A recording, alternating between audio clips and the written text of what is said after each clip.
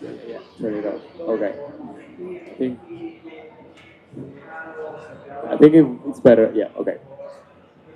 Welcome everyone. Thank you for being here in the humid and warm Belém. I think it's almost a test from UNFCCC that we actually need to work on climate, so we don't have bad climate the whole year round, all around the world. Yeah, just getting started. Very welcome to have all of you, Carlos, Betty, and Liv. Very. The topic of today is cracking the nature data code. How can we empower climate action through nature data? And I would like first for each of you to introduce yourselves and also relate how your work relates to cracking the nature data code. And first, starting with myself. So I'm Pedro Martins. I work with the Capitals Coalition. It's a coalition that works on embedding the natural capital, social capital, and human capital within economic systems. And we have been working on the natural capital protocol as well as we just launched the nature measurement protocol to actually get relevant data within our economic decisions. But yeah, maybe over to you, Liv. Could you introduce yourself, please? Um,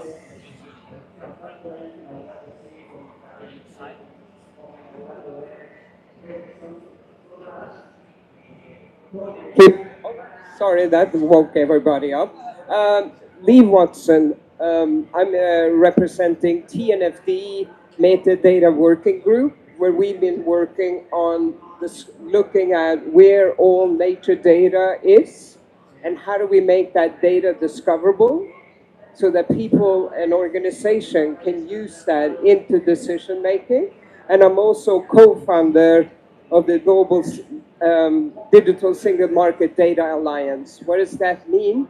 We look at open source data solutions to reduce the cost for SMEs to collect this data and integrating that into their decision making and meeting the requirement of the supply chain that's asking for this data. Thank you.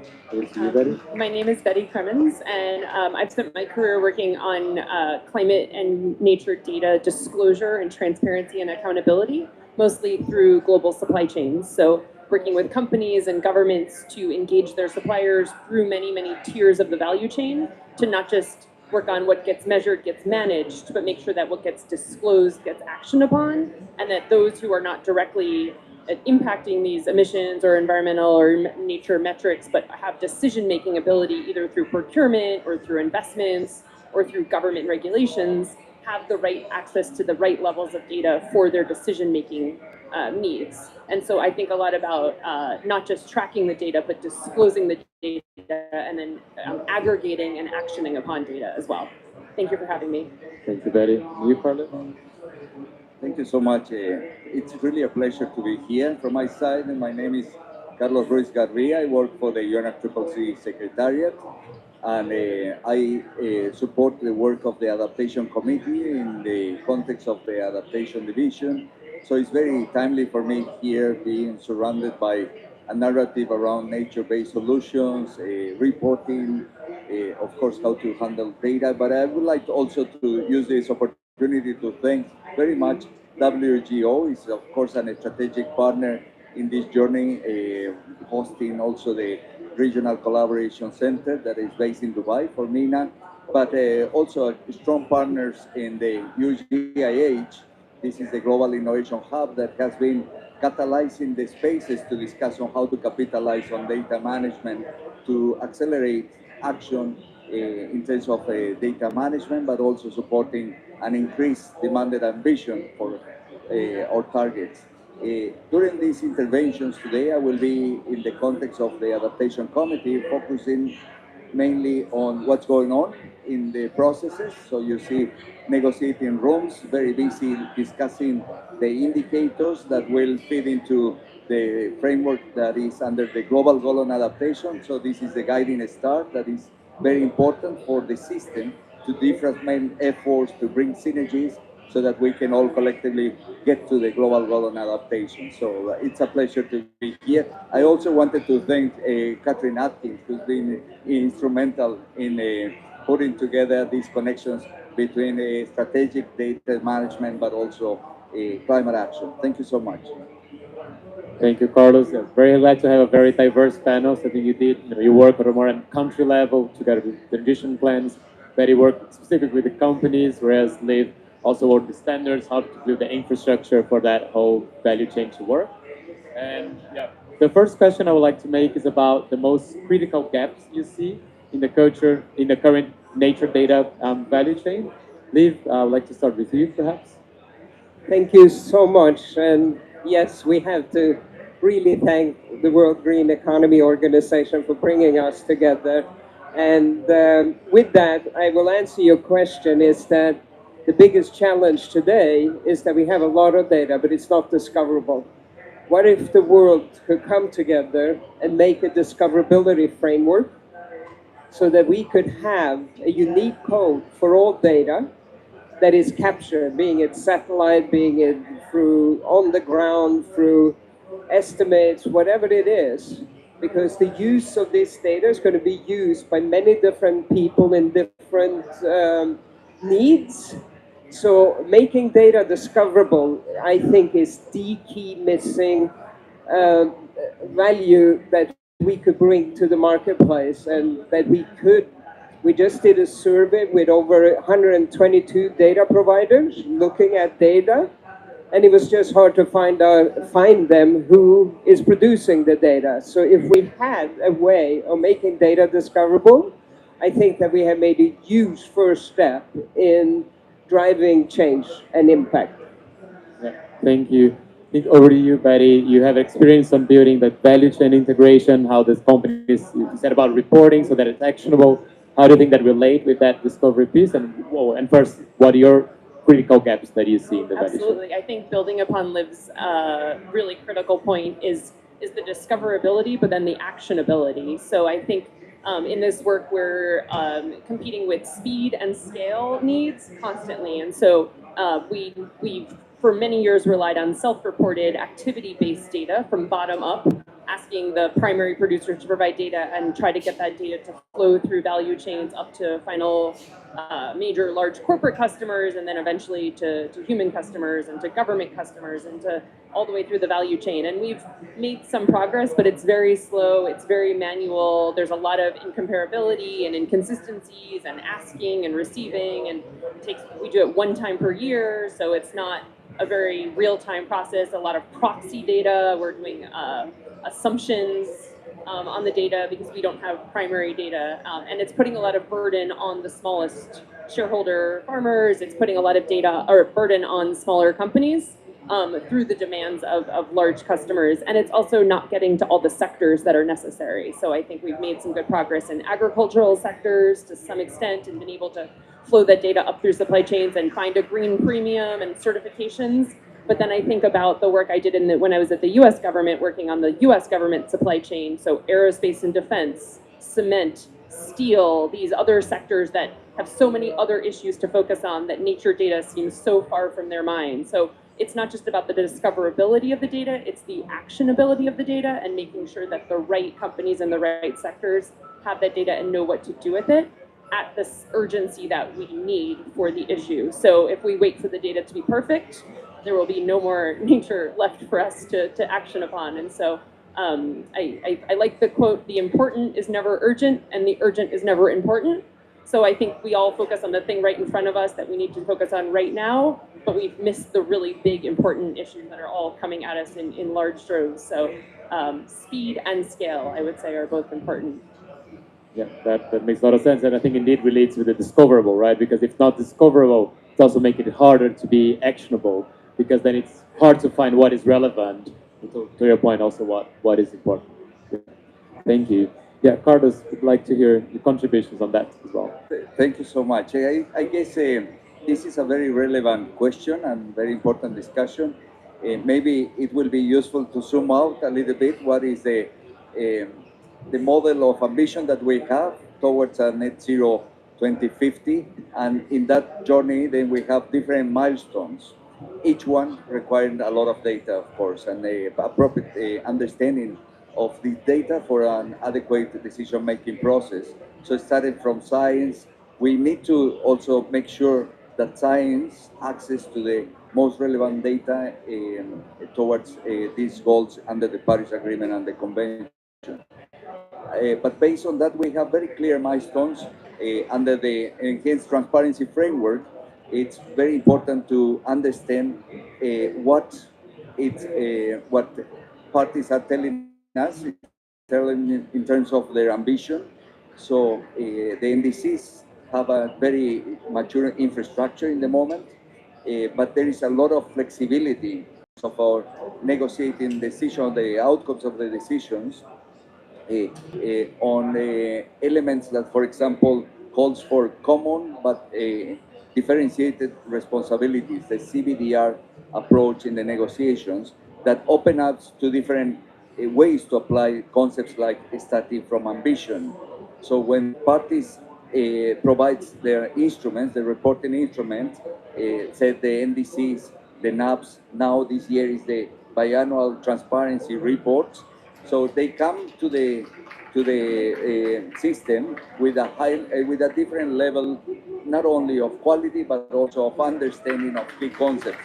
So data and management of data, understanding the trends, but also working on systematic elements, taxonomies, etc., is key. So we need to look not only on discoverability, on accessibility, but also in reshaping the way we provide guidance for parties to produce data, the way we collect it, and the way we make it understandable for further decision-making process. Maybe in simple terms, understanding what we have in the systems, it's very evident for us that there is a call for enhancing capacities of those that are working in providing and supplying this data at the country level, but also is educating the decision makers beyond the public institutions, but also the bankers and the private sector in general, to use this data in a way that they can also factor in into the decision-making process. So capacity building is one of the key elements. Yeah, thank you, Carlos. And yeah, you touched your last point indeed on how that capacity building can better inform not only governments but also investors or other actors. I think that point of discoverability, actionability, capacity building ultimately relates with how can we have better incentives for the nature data to be used. And I think one really relevant one is about financing, is about having better ways to fund both the climate agenda, the green transitioning, but also how is that actually being implemented. So I think I would like to make the next question of how can better nature data catalyze new investment vehicles, either that's blended finance or other financial mechanisms, and actually realize market opportunities that can reward nature positive performance. So how can we first use nature data to actually understand what is nature positive performance, and then how can we have new investments and new mechanisms to fund that. Maybe Patty, would you like to go? Thank you. Well, since I think a lot about supply chains, maybe one example, I was leading 1T.org, the Trillion Trees platform, to conserve, restore, and grow 1 trillion trees this decade.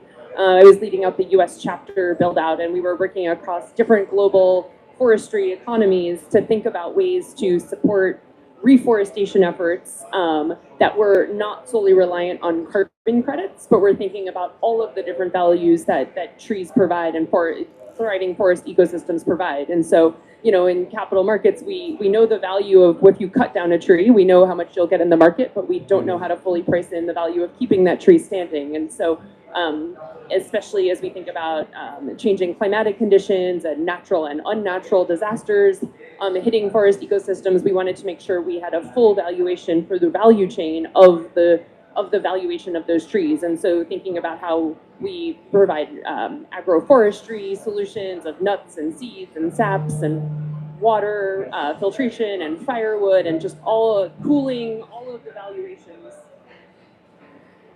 that forests provide for a community, but into global markets. So how, we've seen great success with acai here in the Amazon rainforest, and as we were working with the Great Green Wall across Africa, we were trying to find ways to integrate multiple agroforestry solutions in so that local farmers could could protect the forest through global supply chain access and making sure that there was a balance there. And that involves a lot of metrics and accounting and then valuation and dollars and access to markets. But I think there's a lot of promising opportunities as we think about all of the ways that bioeconomies can integrate into global supply chains. Yeah, keeping with you, just a question on that. So you mentioned about the actionability of the data. Would that process, those projects you mentioned, the 1 trillion tree fund, would that be mostly primary data they were actually measuring and getting their own data sets, or was that also using actual existing nature databases? Well, I would think most primary data is often built on those international databases. So I think I think of them as one and the same. Of you can have sensors on the ground, but we probably aren't going to do that at every single farm. And so tracking data at a regional level and providing the capabilities for folks who are really growing food products or harvesting to actually have the data flowing along with the goods. So that they're not separate systems, but they can be integrated in, and folks can focus on the thing that they're capable of doing, and we can make sure that data for transparency and accountability and verification through the supply chains can follow the goods and isn't a sort of separate, disaggregated, commoditized system separately. So a lot of it has to do with how we bring that capacity to the ground level, and then make sure everyone throughout the value chain has the trust in the data as well. Thank you. Yeah, maybe to you, Liv. How do you see that? Well, if we want blended investment and the private industry to come in, or private investment, they are very risk adverse, right? And they want and try to get more accurate data and verifiable and assurable data. And I think there's a lot of education we need to do and a lot of learning before we can get investor grade data as we see it as financial data. Now, I think we need to, and I'm a financial accountant, that we need to rethink what audit and assurance is for investor grade data around nature. And what do I mean by that? We have a lot of data today. I just did with TNFD a research talking to, assessing over 122 data providers. What we need to do is look at that and make that discoverable and really start looking at how can we use that for decision making versus trying to make more and more data. We have a lot of data, and there is a lot of this data that can be very useful, and we got to figure out, and I think we talked about AI. AI is only as good as the data that come in, but it can also help us look at where the weak points are so that we can focus on the problems and not look at the whole ocean. Yeah, it's a comment on that. At the Capitals Coalition, we focus a lot on establishing what is the impact dependencies pathways and what are the risks and opportunities. And I think it relates a lot with that in the sense that indeed there is a lot of data available, but what is the link of those data with the business's impacts or dependencies? Or what are the risks and opportunities that the capitals market or financial markets are not realizing because they're not actually either discovering or acting on that? And I think indeed, if you're able to make that path more clear on how those things relate with the actual tangible financial outcomes, ultimately I think that can drive more investment or either assets or liabilities on it. I should just probably add to that I represent Capital Coalition to this project. Yes, which we're very pleased to have you. Yeah, Carlos, curious to hear your thoughts. Thank you so much. And let me start with the what. I think in the context of this question on how to scale up financing of projects that are nature-based solution projects, for example, or you mentioned some good examples of restoration, reforestation activities. So on the what, I think we have advanced much in the context of the UNFCCC processes. So we have a good package of instruments where countries can spell out their level of ambition, but also their demands in terms of project implementation. So we learn about the national adaptation plans in its third version. So that's the 3.0 version this year. Almost 70 NAPs has been submitted so far. And it's very important to understand what is the demand for adaptation projects, and in terms of mitigation, of course, those will be contained in the NDCs. But just looking at the NAP activities and the efforts, the infrastructure around the NAP processes, this year has been instrumental also to create a space for calling for support from investors and different finance mechanisms through the technical guidance, revised technical guidance that gives an space to look into different instruments. So we should be maybe comfortable that in terms of what is required, where is the demand, and what parties are telling us they need, it's somehow all formulated. Now, on the how, let me move to more on an implementation journey. There is where we still, we all know we are not up to speed, and this is also well reflected in the synthesis report. Um, However, the spaces for transformational adaptation, for innovation that can be also at a system level, it's there beyond technologies. There are innovations now that can really promote different ways to look at business model, attract private sectors, look into avenues for de-risking. I'm just sitting in front of wonderful delegation from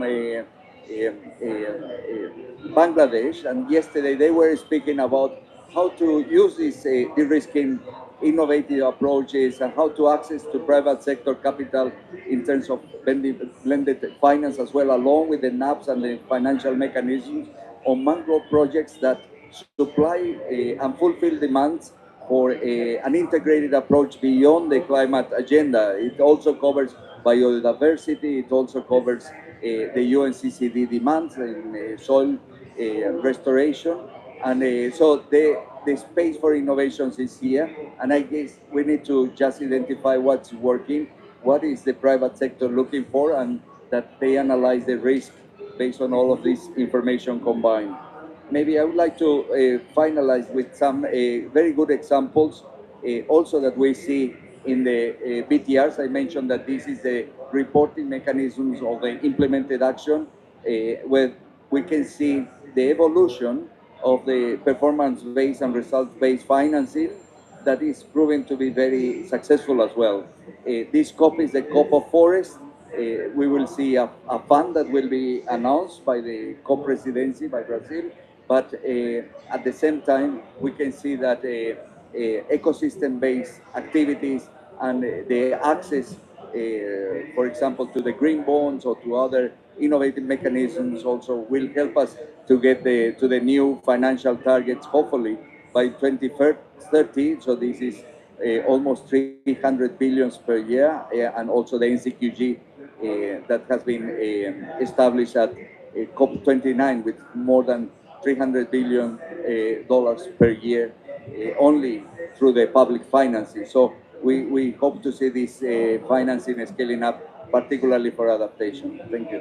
Thank you indeed. I was in Sao Paulo for the week during pre-COP, and I think most sessions that I've attended was talking about risk to resilience. So indeed, how can we show, there is nature-related risks, but if they are worked on, they're managed, then ultimately they can improve resilience of the supply chain, and then indeed get into that de-risk that you mentioned, and actually, yeah, indeed improve the assets of the private sector. There was one initiative that was launched here about the forestry sector that was mainly about leading companies agreeing on what are the 7 environmental services that forestry companies provide within their forestries. That's water filtration, for example, or biodiversity improvements. And what they are aiming to show is, how can we report on the same metrics, on the same services, and ultimately how can investors then better price their company values or have cheaper money because they not only provide actual wood, timber, but they also provide those services. So indeed, the merging that incentives is something that ultimately can unlock better finance to the climate agenda. Um, Keeping on that same topic, but changing a little bit the scope. So how can those open and interrogable nature data can unlock capital specifically for communities or SMEs? Because indeed, I think bigger companies have more resources to be able to work on this data and be able to understand their risks. but that's often not the case for local communities or for smaller companies. So yeah, I'm keen to hear your thoughts, and maybe Liv, you could start. Of course, SMEs and the local communities are the ones that's most impacted on this and has the least resources to solve the problem. This is why I think that when corporates come together, say for example the textile industry or the lumber industry, they come together as a consortia to solve the problems. What do I mean by that? Let me give an example. Norway, for example, now have set up the circular economy to not repurpose all wood. But nobody can do that alone. It takes a consortia of every stakeholder to commit to it. So if we start looking at not trying to solve one little community at a time, but really a consortia look at the solution. I know, for example, in Bangladesh, and water is just as key to ecosystem of forestry. They got the whole industry together from there and created a bond that then will help these small communities and the SMEs to actually have an impact and investment.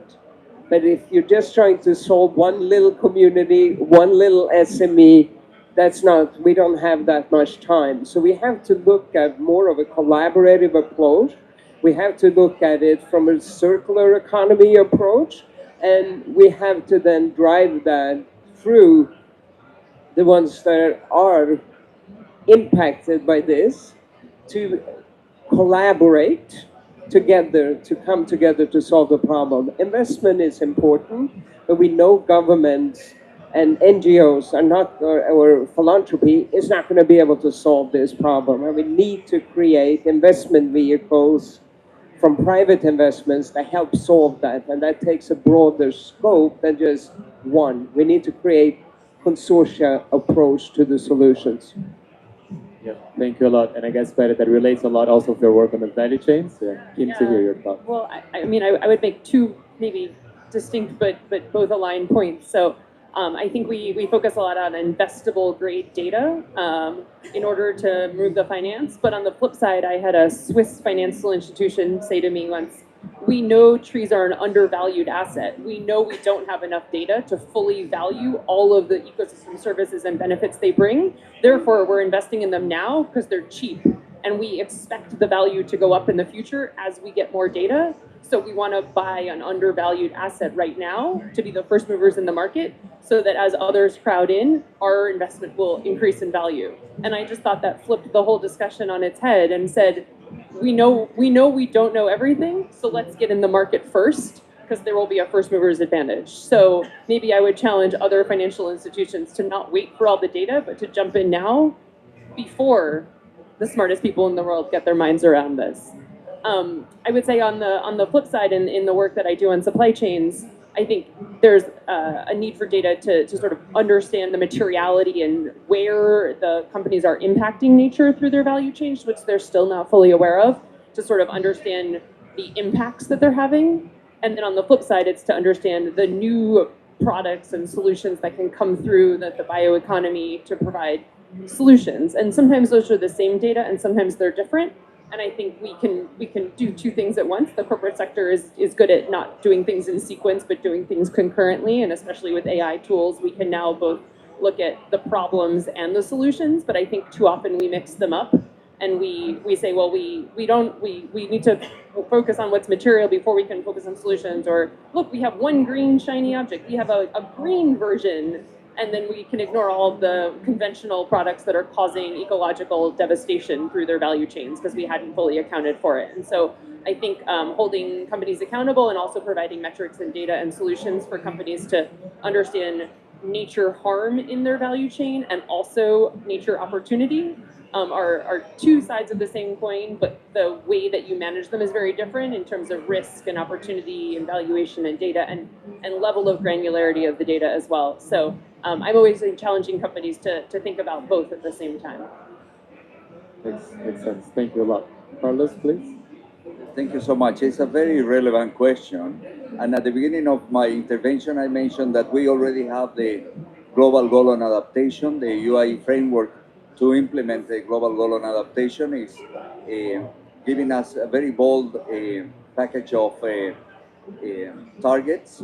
So these targets, very much synchronizing with the SDGs, can help us to identify what is needed for a landing zone in 2050 that could bring us to the generative or regenerative revolution. So that this contains, for example, elements from the adaptation point of view on the water supply that provides sanitation services for all, infrastructure, resilience infrastructure, cultural heritage, health and well-being, and so on and so forth, including ecosystems and food production systems. So it's a very attractive package. And if you backcast from there how we want to get there, there is no way to do it with a lack of understanding of, for example, the use of beliefs and traditions that the indigenous communities and the local communities are offering. They've been adapting already for centuries, so we need to make sure that this narrative and the knowledge and wise knowledge is factoring into our decision-making process. And that's, of course, not only about a wish, it's also building the infrastructure that will generate and help us to transition to these databases that will collect all of these elements for the appropriate decision-making processes. Here in Brazil, we see the momentum to bring an understanding why it is important to have the knowledge.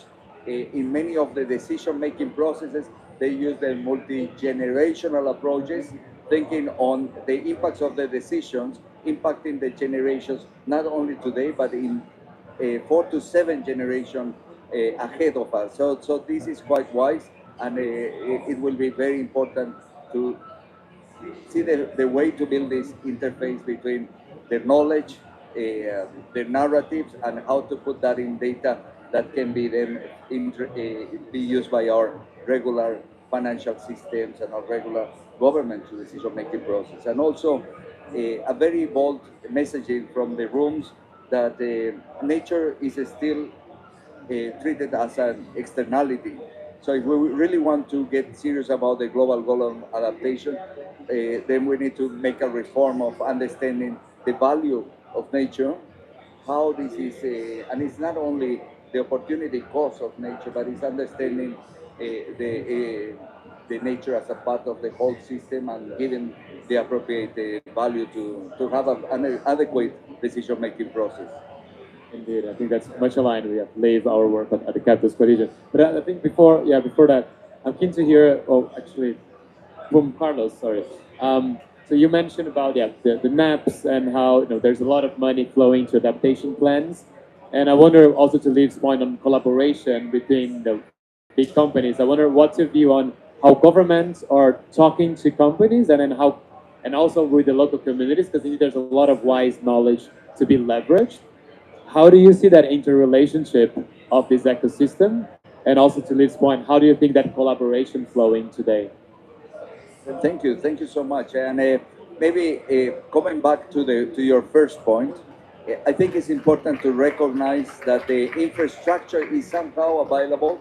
So we have mature the tools to enable countries to formulate their NAPs, but also to start looking into how to reach out to enablers to implement their projects. But the finance is not at the scale, at the speed, and it's very difficult for parties to access to finance. So, and that can be very clearly spelled out in the UNEP adaptation gap report. So, it's not sufficient financing at all. There is a gap of about 20 to 26 billion per year in the context only on adaptation. So it's a very big gap, and so this COP also is discussing in the rooms the outcomes of this annual adaptation gap report from UNEP. What is the role of collaboration here? I guess we learned through the Global Innovation Hub and other spaces that we need to start looking this as a major component in the equation of enabling factors, and a radical will require going beyond the traditional audiences. It also, you mentioned before, the indigenous group and the SMAs, but you need to have an integral dialogue that will be looking even across the convention or across the climate agenda. There are many elements that also need to be incorporated from other conventions, but also from civil society as a whole. Citizens, they need to be part of this process, because without, for example, cities understanding what it takes to implement climate action and why it makes sense for them to start transitioning to a net zero future. Why is this important to them, and what is the role? If every citizen or every individual in the context of our national NDCs have a role to play there, then we can get to the 50 targets, of course, much quicker, much easier. Collaboration is key. Thank you, thank you. I do have a final question, but before that, I wonder also if there's any question from the audience. Yeah, please feel free to jump in and make any questions at any point. But I do have one more, so yeah, feel free to. Thank you for your nice sharing. So this is totally new to us because we deal with education and students. So we came to know about Nature Data Code. And do you have any plan to share or empower young minds towards this Nature Data Code? Because I've seen Young Leaders Forum and Green Circle there. Through this way, so you can share or empower the youth towards the fact of Nature Data Code, so that they can plan for future to implement in their career or in their future business plan. Thank you. Thank you a lot. Any of you would like to jump in? Please. Oh, thank you. Thank you for that question. Bringing in the yacht. I'm Norwegian, so I should probably disclose that. So I take that as an example. We have the youngest environmental ministry in the world. Not only do they have the youngest minister, they also have a whole youth group that is involved with every discussion. More important, if we don't get the youth to understand their impact, because they grew up during, the world of cheap plastic and all of these kind of things, without understanding their impact on the environment, I think that is the biggest mistake that we're going to make for generations to come, because this generation, my generation, maybe yours, we are part of the ones that created the most impact on this world now. We have to change at a younger age and educate, but also get them part of the decisions and the discussions. So absolutely, and I think that you and Triple C can actually take a huge impact on that, but it really gets down to local governments to start putting and ingraining that into education very young. But also, they got to be at the table. Let's not sit here and talk about the young. Let's have them at the table. Maybe I would just add to that. When I worked at the World Economic Forum, we talked about ecopreneurs. So taking the innovation and sort of opportunity of young people to create new things, and they all understand AI way better than all of us. And I think a lot of young people sort of think in global multitudes. They don't think of communicating you to me. They think of tweeting or Instagramming or TikToking to the world. And so taking that sort of audacity and that digital fluidity of and just international perspective, and using it for environmental solutions. And so I think we have enough, at least in the United States, we have a lot of clean energy and electricity solutions, but we don't have as many for nature. And so bringing an engaged effort to create new businesses, so they're not at the table, they're creating the digital table, because we don't need a physical table, we can just do it at an international scale, I think is really promising. Through the World Economic Forum's Uplink platform, we were bringing forward youth from all over the world who were creating new innovative solutions.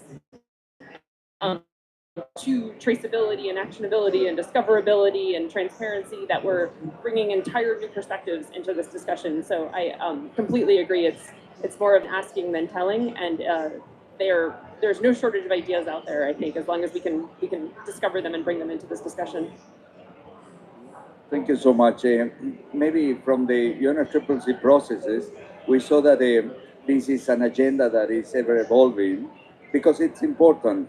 And it's important not only because we need this entrepreneurship spirit, and of course now with AI, it's a very compatible resource to bring our systems to the next level. But it's also because it's the right thing to do.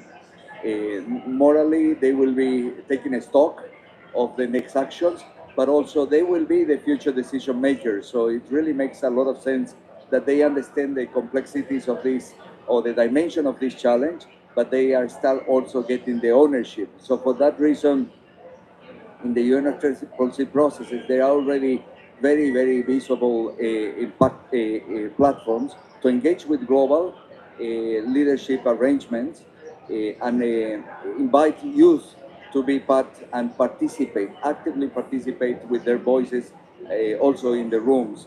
I can attest from the adaptation committee meetings that we have always the spaces for youth to come and share their thoughts, but also to learn and understand the implications of the decisions and participate even in the planning calls. So they are engaging at a very early stage so that they have a very informed contribution.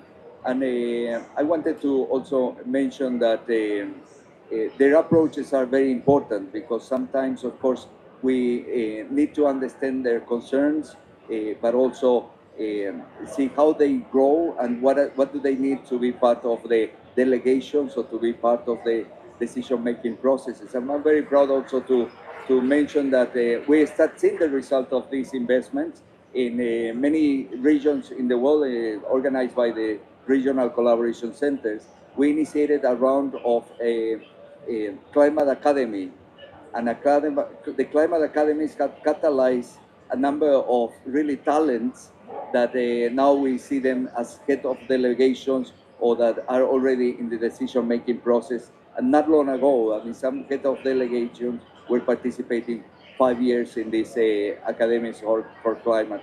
So they were proven to be very impactful. Thank you. Thank you, Carlos. Yeah, final comment on this. Indeed, that goes to the point you also brought before about capacity building. So I do believe that there's different trainings, different resources available, either from the organizations we participate or also in other pavilions here.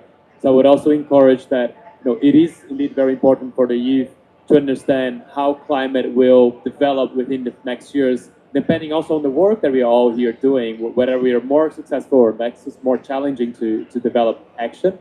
But indeed, the more younger generations are able to build knowledge about those and build knowledge on how to act on those as well, we can then deliver faster action. So yeah, also strongly recommending just getting a lot of how can what capacity building efforts each of the organizations do. And most of them are also free of access and online, so it's also very, well, to some extent accessible. Yeah, we're just about time, so I wonder if there's any closing remarks. We spoke a lot about having that there's enough data out there already. It's more about being able to discover and act on it. Also, how can we bridge collaboration between the governments, between bigger organizations, local communities, how that value chain can be not only integrated in terms of action, but also in terms of the data that they exchange. Also, how the role of youth in this process and how can we build knowledge and capacity around that. Yeah, I wonder if any of you would like to have final remarks before we close. Liv, maybe you? We have to do this while we're still young. Okay. No, I have a last comment. This isn't a major technical problem. It's a human problem to get this data, okay? We need them to agree to make data discoverable and accessible. It doesn't mean that all data is free, by the way, because economics and scales, even that has cost to it. But we got to do that at scale, and we need the people that are holding and in decision making on this data to change and agree to collaborate to make this data accessible, and discoverable.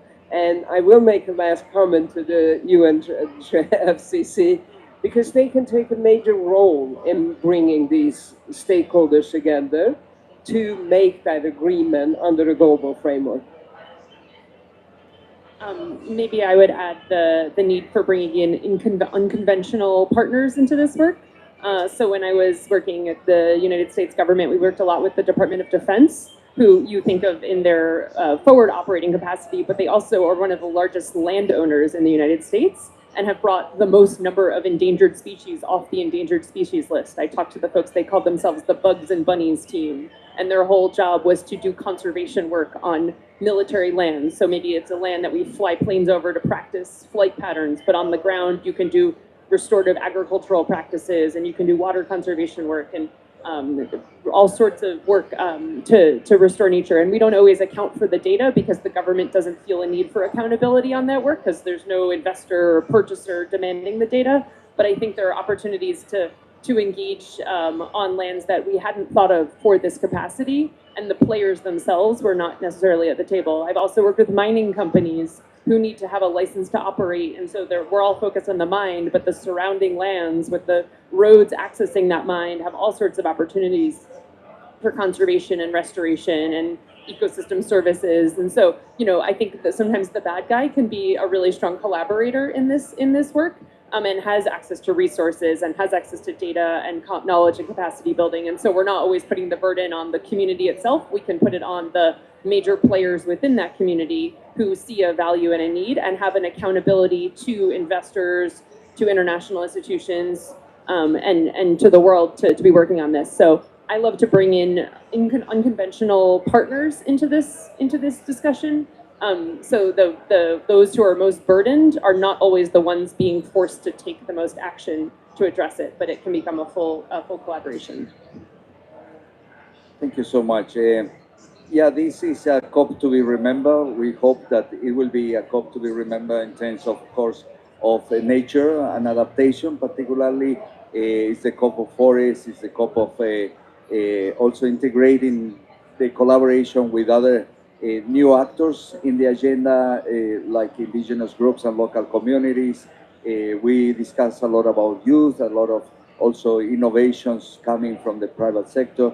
There is momentum for the global goal on adaptation. It will benefit everyone not only in these rooms here at COP, but beyond that to the whole world. And we need to unpack what does this mean and why it's important for societies, for our children, for our families, but also for a business, because risks are there and they need to understand how to manage their capacities to adapt.